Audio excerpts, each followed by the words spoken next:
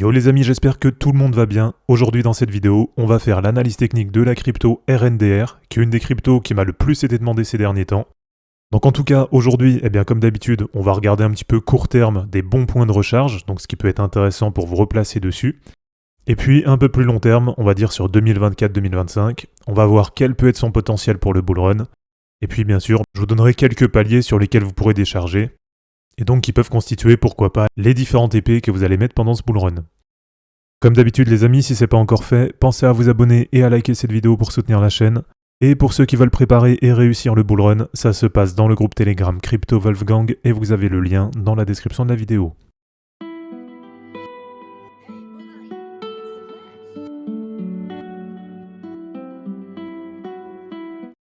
Alors la crypto RNDR, donc c'est une crypto du narratif de l'IA, 4 milliards 200 millions de dollars de market cap actuellement. Et si on regarde par rapport à toutes les cryptos IA, donc on a actuellement un market cap total des cryptos IA autour des 23 milliards de dollars. Donc ça nous fait à peu près 1/6 de dominance pour Render.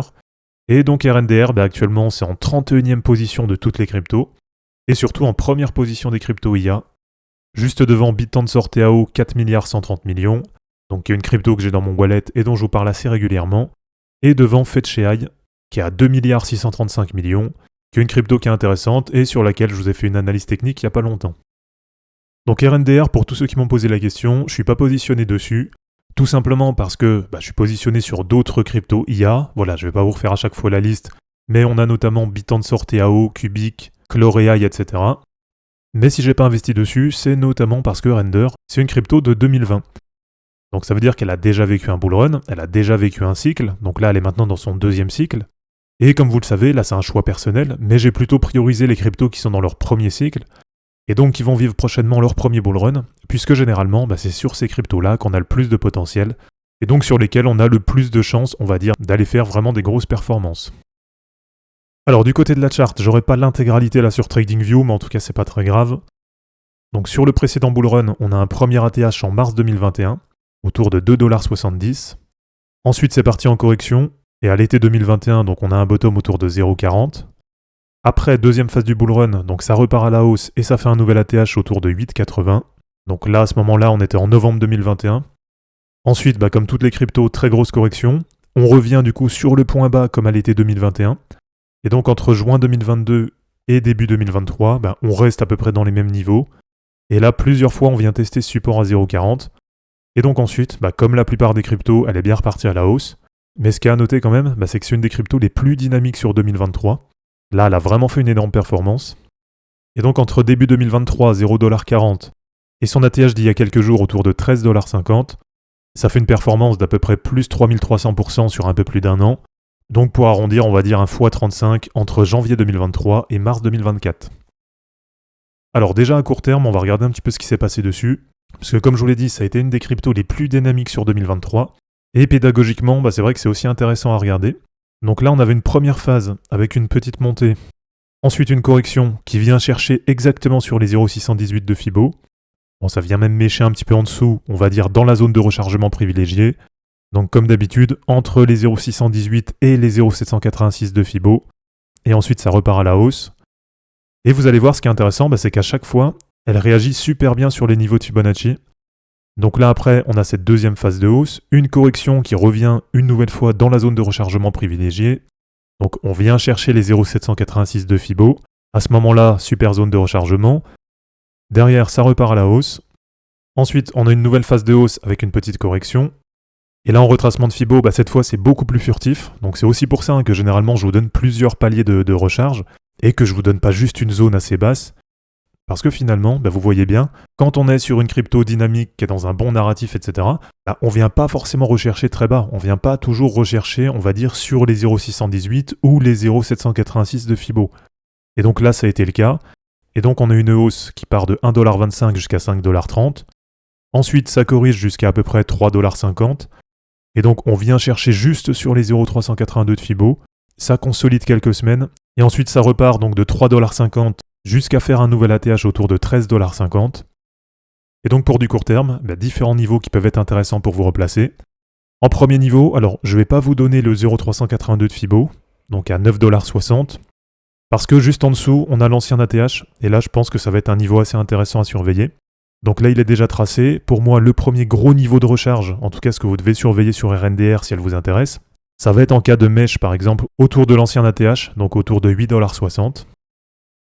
Et si on regarde avec Ishimoku, ça vient correspondre à la Tenkan Hebdo, donc c'est la courbe qui est en bleu juste là.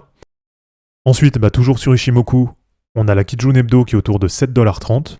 On a la Kijun Hebdo qui vient quasiment correspondre au 0,618 de Fibo. Donc on va dire tout ce qui va être entre 7,25$ et 7,50$, ça vous fait un deuxième bon palier de recharge. Et donc si on regarde avec les moyennes mobiles, comme d'habitude en hebdo, vous avez la moyenne mobile 7 qui est justement sur les 8,60$. Donc pour moi, 8,60$ c'est vraiment un premier gros niveau que vous devez surveiller.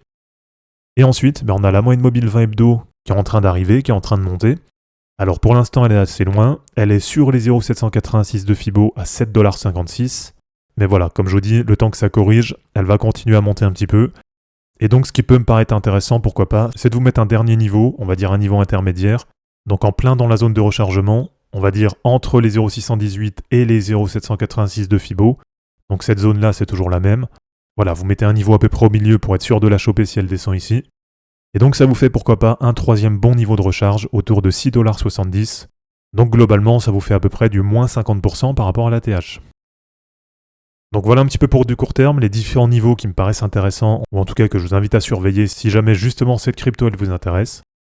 Et donc si on regarde un petit peu pour du plus long terme, quel peut être son potentiel pour la suite, et donc sur quel niveau vous allez pouvoir mettre vos TP pour le bull run.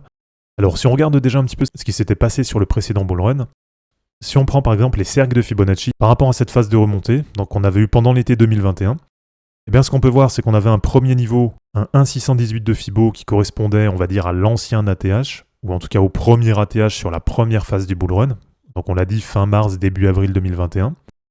Ensuite on a un 2,618 de Fibo, donc il y a un niveau qui a bien été atteint, à 4,67$. On avait le 3,618 de Fibo qui venait correspondre parfaitement à l'ATH qu'on a eu en novembre 2021. Donc là, une nouvelle fois, c'est pour vous montrer aussi un peu la pertinence des cercles de Fibo. Et ensuite, pour le moment, on a un dernier niveau, un 4,618 de Fibo à 17,40$. Donc on va se le laisser de côté pour l'instant puisque c'est un niveau qui n'a pas encore été atteint. Et donc si on regarde ce que ça donne avec les cercles de Fibo par rapport à la phase de remontée qu'on a eu de janvier 2023 à février 2023, ce qu'on peut voir directement, c'est que le 2,618 de Fibo, il est déjà tracé, puisque ça correspond à l'ancien ATH à 8,95$. Donc là, une nouvelle fois, ça confirme ce que j'ai dit tout à l'heure. À mon avis, autour de ce niveau, là, vous avez un très très gros support. Et donc si RNDR, c'est une crypto qui vous intéresse, on va dire que dans toute la zone 8,69$, ça me paraît assez intéressant pour vous replacer pour du long terme. Et donc ensuite, on aura différents niveaux qui n'ont pas encore été atteints, comme notamment ce 3,618 de Fibo à 20,75$. Et beaucoup plus long terme, on a un 4,618 de Fibo autour de 50$.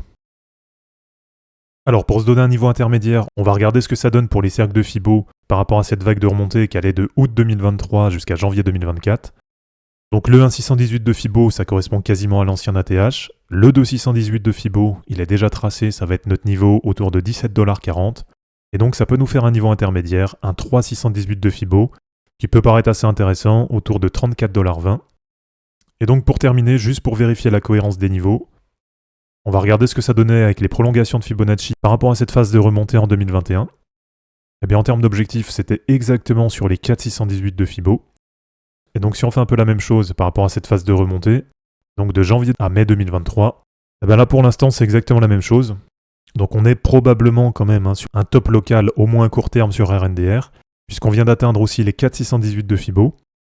Donc voilà, comme je vous le dis pour l'instant, je pense que ça va redescendre. Une correction temporaire dans tous les cas, ça fait jamais de mal.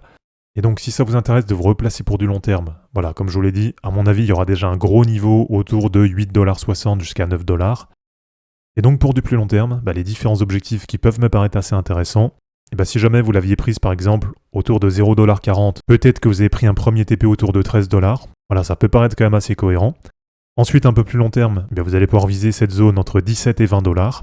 Et donc si on arrondit avec un objectif à 20$, ça pourrait positionner RNDR autour des 8 milliards de dollars de market cap. Et ensuite, un petit peu plus long terme, et là ça peut constituer pourquoi pas le dernier TP sur le bull run. En tout cas, c'est un niveau qui me paraîtrait assez cohérent, sachant que depuis début 2023, elle a déjà fait une belle remontée. Ce serait d'aller toucher un objectif autour des 34-35$. Donc on va dire à peu près 1 x 3 par rapport à maintenant. et donc on va dire entre 12 et 14 milliards de dollars de market cap. Et donc 35 $, c'est peut-être un objectif qui vous paraît assez faible. Mais si on prend la performance totale depuis début 2023, en termes de performance, on est quand même pas loin d'un x100. Et du coup, pour le prochain bull run, voilà les différents niveaux qui, je pense, peuvent paraître assez cohérents. Donc voilà les amis, c'est terminé pour cette vidéo sur RNDR. J'espère en tout cas que ça vous aura plu. N'hésitez pas à l'aimer, à la commenter et à vous abonner pour en suivre d'autres. Dans la description de cette vidéo, vous allez retrouver tous les liens utiles et les liens pour me soutenir. On se dit à bientôt pour une prochaine vidéo, et d'ici là, ne capitulez pas, car les fortunes se créeront en portant vos burnes. Ciao.